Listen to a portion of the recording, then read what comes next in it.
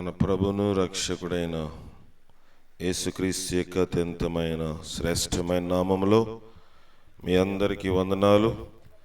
ముఖ్యంగా కూటమి ఏర్పాటు చేసిన ఎలీషా గారికి, వారి కుమారుడికి, కూతురికి, అలాగే కోడలు, మనవళ్ళు, మనవరాళ్ళు కలిగిన వారందరికీ కూడా ప్రత్యేకమైన వందనాలు తెలియజేస్తూ ఉన్నాను. దేవుని వాక్యము వినక ముందు కొన్ని సందేహాలు మనలో ఉంటాయి. ఏంటంటే, క్రైస్తవులు అనేక మందికి రకరకమైన అభిప్రాయ భేదాలు. అంటే క్రైస్తవ సంఘాల్లో కొంతమంది ఈ కూటము చెయ్యరు. ఎందుకంటే బైబిల్లో ఒక మాట ఉంది, నీతిమంతుణ్ణి జ్ఞాపకము చేసుకొనుట ఆశీర్వాదకరం మగును.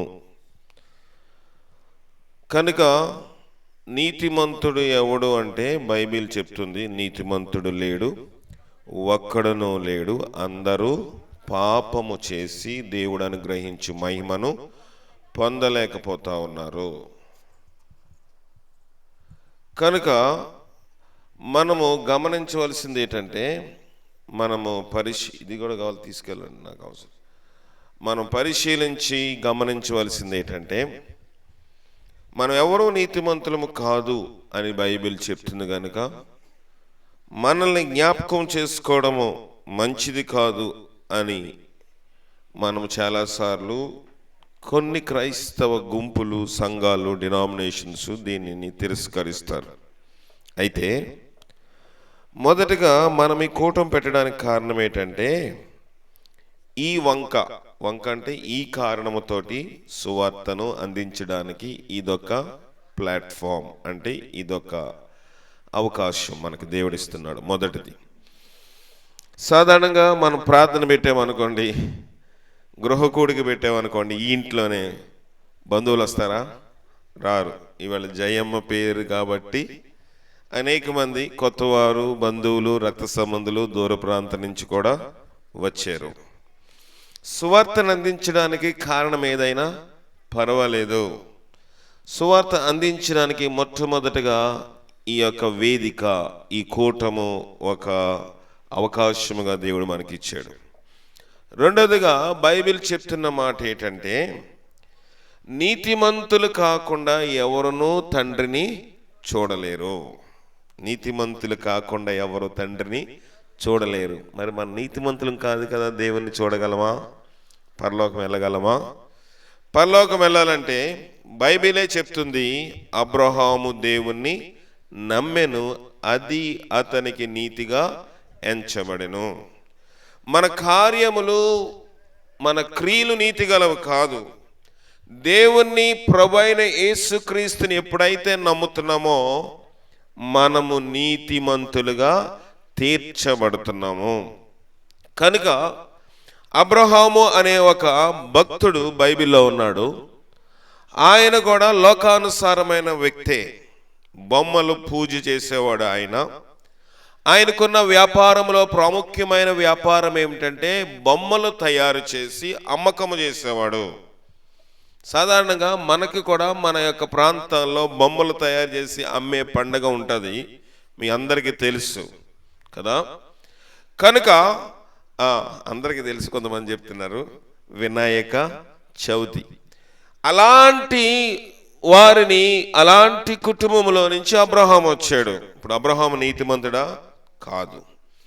అబ్రహాము కూడిన సందేహం ఏంటంటే, నేను బొమ్మని అమ్ముతా ఉన్నాను, తల మీద పెట్టుకుంటున్నాను, బొమ్మలు తీసుకుని వెళ్ళి బజార్లోకి వెళ్ళి అమ్ముతున్నాను.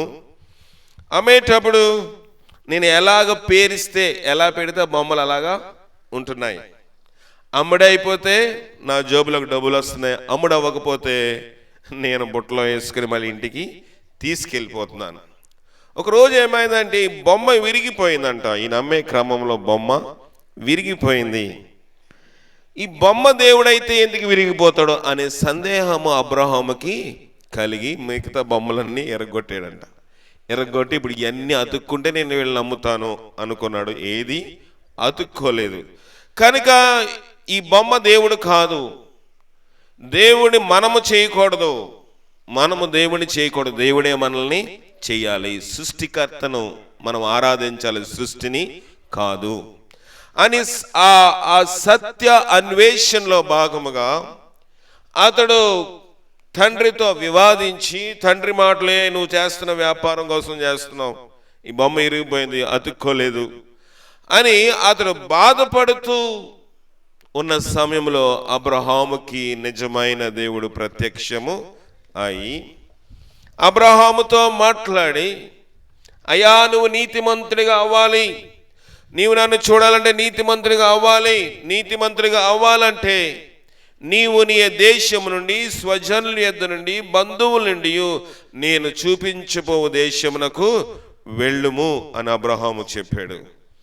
తెలియని వ్యక్తి స్వరంతో మాట్లాడుతుంటే అబ్రహాము ఏం చేశాడు? నమ్మాడు. మనం అనుకుంటాము, నేను ఆలోచిస్తున్నాను కాబట్టి, నేను దాని గురించి సందేహంలో ఉన్నాను కాబట్టి, నేను ఆ విషయంలో తర్జన భర్జన అవుతున్నాను కాబట్టి, నేను ఆ విషయంలోని హృదయంలో కలవరంతో ఉన్నాను కాబట్టి, ఆలోచన బట్టి ఏదో ఒక వ్యక్తి వచ్చి మాట్లాడినట్టుగా అనిపించింది, ఇది నిజము కాదు అని. కొన్నిసార్లు అలాంటి ఎవరైనా మాట్లాడితే ఉట్టినే పక్కకి దాన్ని తృణీకరించి, దాన్ని నెగ్లెక్ట్ చేసి, దాన్ని అలక్ష్యం చేస్తాం. కానీ అబ్రహాము అలా అలక్ష్యం చేయలేదు. అబ్రహాము ఎప్పుడైతే స్వరం విన్నాడో, సత్య అన్వేషణ చేశాడో, దేవుణ్ణి తెలుసుకోవాలి, దేవుడు అంటే ఎవరు అనే అన్వేషణలో దేవుడు అతనికి ప్రత్యక్షమైనప్పుడు దేవుడు అన్నాడు, నేను చూపించబో దేశానికి వెళ్ళు.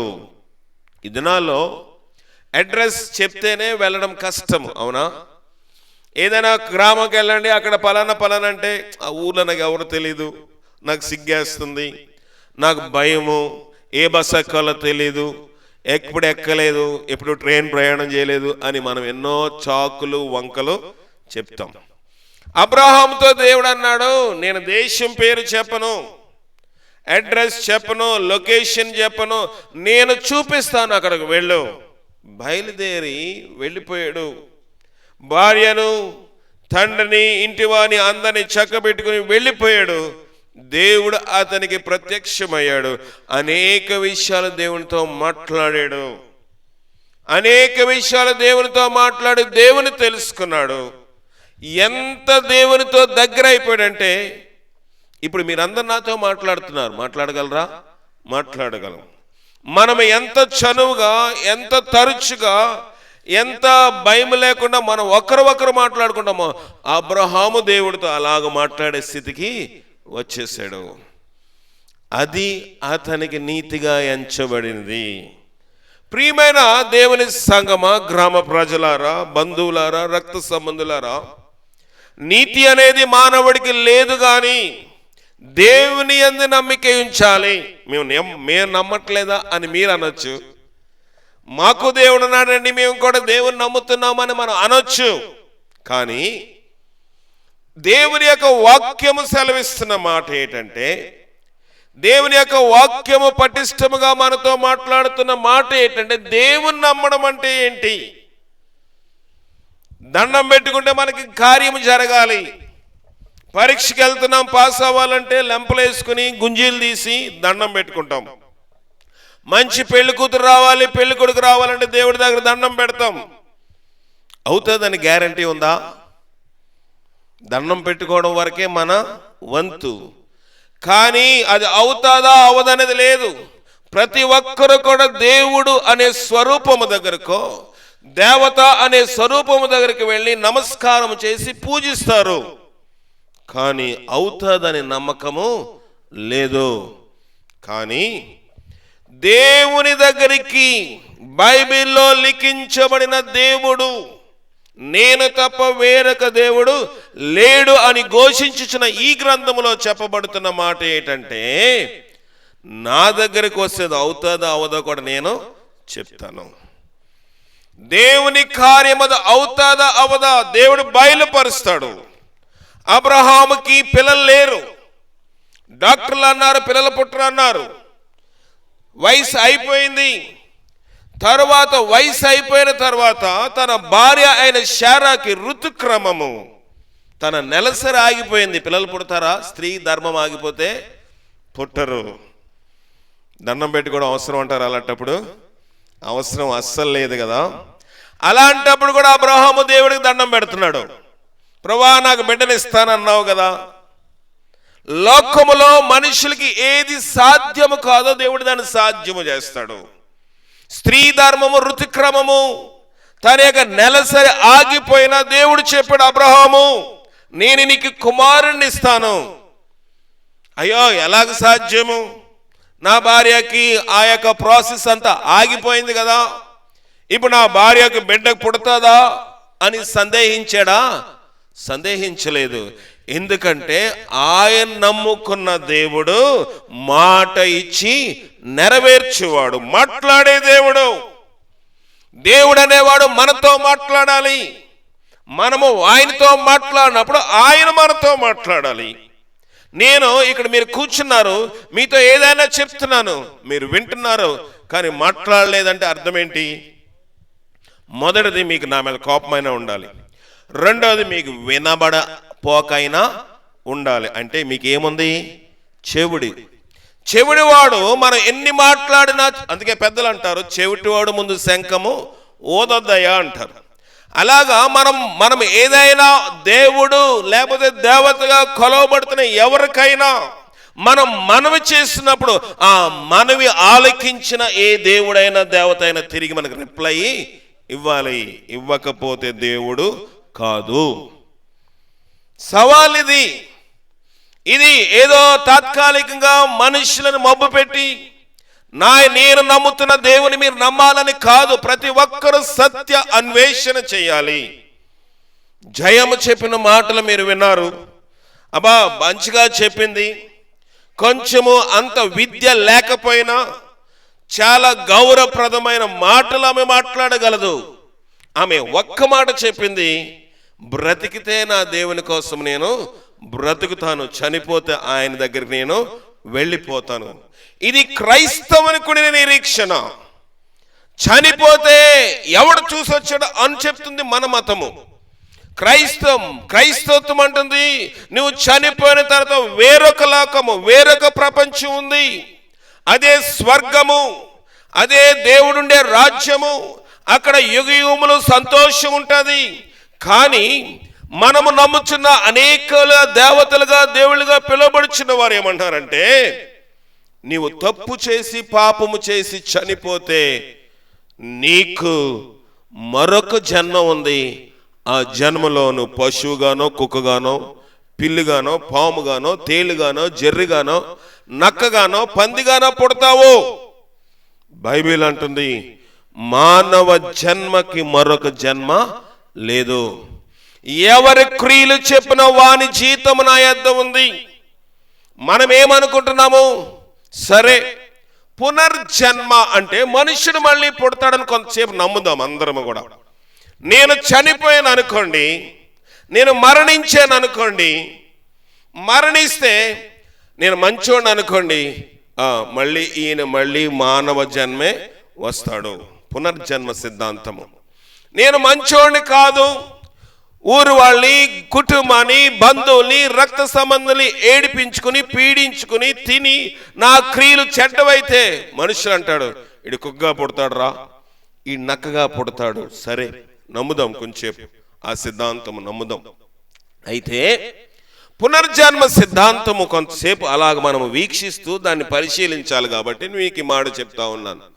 మనము నమ్ముతూ ఉన్న క్రమంలోని లోకములోని పునర్జన్మ సిద్ధాంత ప్రకారము పాపం ఎక్కువైతే ఏం పుట్టాలి? పశువులు, మృగాలు, జంతువులు, నక్కలు, తేళ్లు, పాములు, విషపురుగులు, లోకములోని జంతువు పక్షులు ఎక్కువగా పుట్టాలి. పాపము లోకములో పెరుగుతుందా తరుగుతుందా? పెరుగుతుంది. టీవీ చూస్తే, సెల్ ఫోన్లో యూట్యూబ్ చూస్తే, ఏ ఛానల్ ట్యూన్ చేసిన ఏదో ఒక నేరము, ఏదో ఒక మనిషిని చంపేయడము, పక్కోడు భార్య తీసుకుని వెళ్ళిపోవడము, లేకపోతే పెళ్ళైన స్త్రీ ఇంకొక పురుషుని వివాహం చేసుకోవడము, లేకపోతే పెళ్ళైన పురుషుడే ఇంకొక స్త్రీని వివాహం చేసుకోవడము, లేకపోతే దొంగతనం చేసేయడము, లేకపోతే హత్య చేసేయడము, లేకపోతే త్రాగుబోతుతోటి, లేకపోతే జోదముతోటి, పేకాటతోటి మనుషులు పోలీస్ స్టేషన్లో ఖాళీలు ఉన్నాయా? లేవు. నేర చరిత్ర పెరిగిపోతుంది. పునర్జన్మ సిద్ధాంతము చెప్తున్న మాట ఏంటంటే, నేర చరిత్ర ఎప్పుడైతే పెరిగిపోతుందో లోకములో పశువులు, లోకములో మృగములు, లోకములో జంతువులు పెరగాలి. పెరుగుతున్నాయా? చెప్పండి. పెరగట్లేదు. అడవిలో జంతువులు ఖాళీ అయిపోయి, ఇదివరకు అడవిలోకి వెళ్ళాలంటే, అరణ్యములోకి వెళ్ళాలంటే అయ్యో జంతువులు ఉంటాయని భయం వేస్తుంది. మీకు ఒక విషయం తెలుసో తెలీదో నాకు తెలియదు కానీ, లోకములోని ఈ మృగములు కొన్ని జాతి పక్షులు అంతరించిపోయాయి. పిచ్చుకలుండే మా చిన్నప్పుడు చిన్నవి కనబడుతున్నాయా? అంతరించిపోయిన జాతి. మనుషుడు చచ్చిపోతే మూడో రోజు మనిషిని నేను చంపేస్తాను అనుకోండి, ఎవరినైనా మూడో రోజు నాకు బేలిచ్చి ఇంటికి వెళ్ళిపోమంటారు. అదే నేను ఏదైనా సింహాన్నో పుల్లో వేటాడినట్టు కనబడింది అనుకో, నాకు జైలు లేదు. ఎందుకంటే భూలోకములో మృగములు జంతువుల సంఖ్య తగ్గిపోతుంది కనుక వాటిని సంరక్షించడానికి ప్రభుత్వం వారు, గవర్నమెంట్ వారు ఎన్నో రకమైన వారి యొక్క సిద్ధాంత ప్రకారము, వారి యొక్క క్రమం ప్రకారం వాటిని రక్షించడానికి ఎన్నో జాగ్రత్తలు తీసుకుంటున్నారు. పునర్జన్మ సిద్ధాంతము కరెక్ట్ అంటారా? కాదు. పునర్జన్మ సిద్ధాంతం కరెక్ట్ అయితే జంతువులు పెరగాలి, మృగాలు పెరగాలి, పశువులు పెరగాలి. కానీ ఎవరు పెరుగుతున్నారు? మానవులే పెరుగుతున్నారు. పాపం పెరిగినప్పుడు పునర్జన్మ సిద్ధాంతము చెప్తున్న మాట ఏంటంటే, పాపం పెరిగినప్పుడు జంతువులు పెరగాలి. కానీ పాపం పెరుగుతుంది, మనుషులు కూడా పెరుగుతున్నారు. మనుషులు నియంత్రించడానికి గవర్నమెంట్ తీసుకొచ్చింది ఏంటంటే ఫ్యామిలీ ప్లానింగ్. అంటే ఒకళ్ళతో ఆపరేషన్ చేసుకుని మీకు 15,000 ఇస్తాను, ఒకళ్ళతో మీరు సిజరింగ్ చేసుకుని మీరు పిల్లలు పుట్టుకోకుండా ఆపు వేసుకుంటే మీకు 20,000 ఇస్తాము. ఒకవేళ ఆడబిడ్డతోనే ఆపరేషన్ చేయించుకుంటే ఆ బిడ్డకి పసుపు కుంకుమ కింద బంగారం ఇస్తాము, వెండి ఇస్తాము, డబ్బులు ఇస్తామని ప్రభుత్వాలు ఎన్నో పథకాలు తీసుకొస్తుంది. మానవుని నియంత్రించాలని చూస్తుంది. కనుక మనమందరం ఆలోచించవలసింది ఏంటంటే, పునర్జన్మ సిద్ధాంతము తప్పు. కనుక మనందరము దీపం ఉండగానే ఇల్లు చక్కబెట్టుకోవాలి. మనందరికి ఒక మంచి జీవితము దేవుడిచ్చాడు. మనందరికీ మంచి శ్రేష్టమైన జీవితము దేవుడిచ్చాడు. మన సంవత్సరము 70, 80, 90, 100, కొంతమంది 120 కూడా బ్రతుకుతా ఉన్నారు. కానీ ఎన్ని సంవత్సరాలు బ్రతికేమన్నది కాదు ప్రాముఖ్యము, ఎలాగ బ్రతికేమో, ఎలాగ జీవించాము, ఎవరి క్రియలు చెప్పిన వాని జీవితం నా యొద్ద ఉందని దేవుడు చెప్తా ఉన్నాడు. లోకములో మనుషులకి మనకు నచ్చితే మనం ఏదైనా మంచి పని చేస్తాం. మనకు నచ్చలేదనుకోండి, ఇవ్వాలన్నది కూడా మనము కొన్నిసార్లు ఇవ్వము. మనకి ఎవరైనా బంధువుల్లో నచ్చారనుకోండి, అందరికన్నా ముందే వాళ్ళ పెళ్ళిలో సాయం చేస్తాం. నచ్చలేదనుకోండి, పెళ్ళికి కూడా వెళ్ళాం.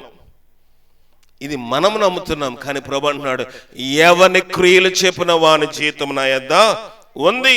క్రైస్తవ సంఘమా, గ్రామ ప్రజలారా, బంధువులారా, దేవుని యొక్క నామములో నేను ఆనపెట్టి చెప్పే మాట ఏంటంటే, నీ జీవితము నా జీవితం ముగించక మునుపే మన యొక్క దుష్కార్యముల నుండి, మన పాపము నుండి, మన అపిత్రత నుండి, మన మోసము నుండి, మన వ్యభిచారము నుంచి, మన త్రాగుడి నుంచి, మన జోదము నుంచి, మన లోక సంబంధమైన మన శరీరమును పాడు చేసే ప్రతి అలవాటు నుంచి మనం బయటికి రాకపోతే మరణించిన తర్వాత దానికి విడుదల లేదు.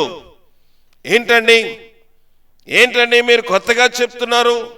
అయ్యో, నేను ఆరాధిస్తున్న దేవుడు సత్యము కాదా? అన్వేషణ చేయాలి. నీవు ఆరాధిస్తున్న దేవుడు లేకపోతే దేవత సత్యమైనదా అసత్యమైనదా మన అన్వేషణ చేయాలి.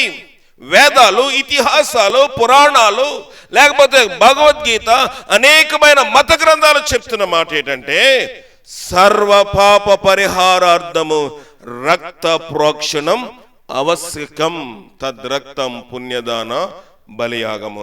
సర్వ పాపము పోవాలి అంటే, లోకములో ప్రతి మానవుని యొక్క పాపం పోవాలంటే ఒక మనిషికి, ఇప్పుడు నేను కర్చీఫ్ చేతిగుడ్డ వాడుతా ఉన్నాను, దీనికి ఏదైనా మరకైతే నేనేం చేస్తాను, వెంటనే తీసుకెళ్ళి సర్ఫ్లోనో డిటర్జెంట్లోనో రిన్ సోపో లేకపోతే ఏదో ఒక కంపెనీ సోప్ తీసుకుని వచ్చి దాన్ని ఉతికి ఆరేస్తే దీనికి ఉన్న మరక ఏమవుతుంది, పోతుంది.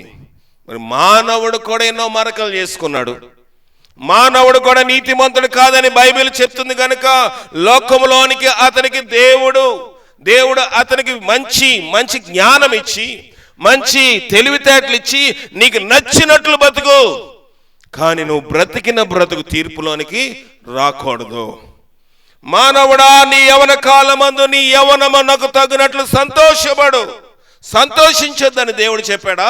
చెప్పలేదు. అయితే అన్నాడు దేవుడు, అయితే వీటిని బట్టి దేవుడు నిన్ను తీర్పులోనికి తెచ్చినని జ్ఞాపకము తెచ్చుకో. జ్ఞాపకం ఉండాలి. ప్రతిదానికి లోకములో కూడా ఎవరు దేనికి అడ్డు వేరు, కానీ ఏదైనా మన లిమిట్,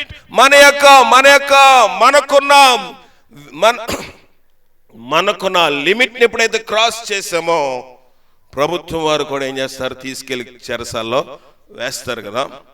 అయ్యా నువ్వు లిమిట్ క్రాస్ చేసావు, కోప్పడు, లేకపోతే కొంచెం ఎక్కువ కోపం కొట్టు, కానీ చితక బాధ్యతే తీసుకెళ్లి జైల్లో పెడతారు.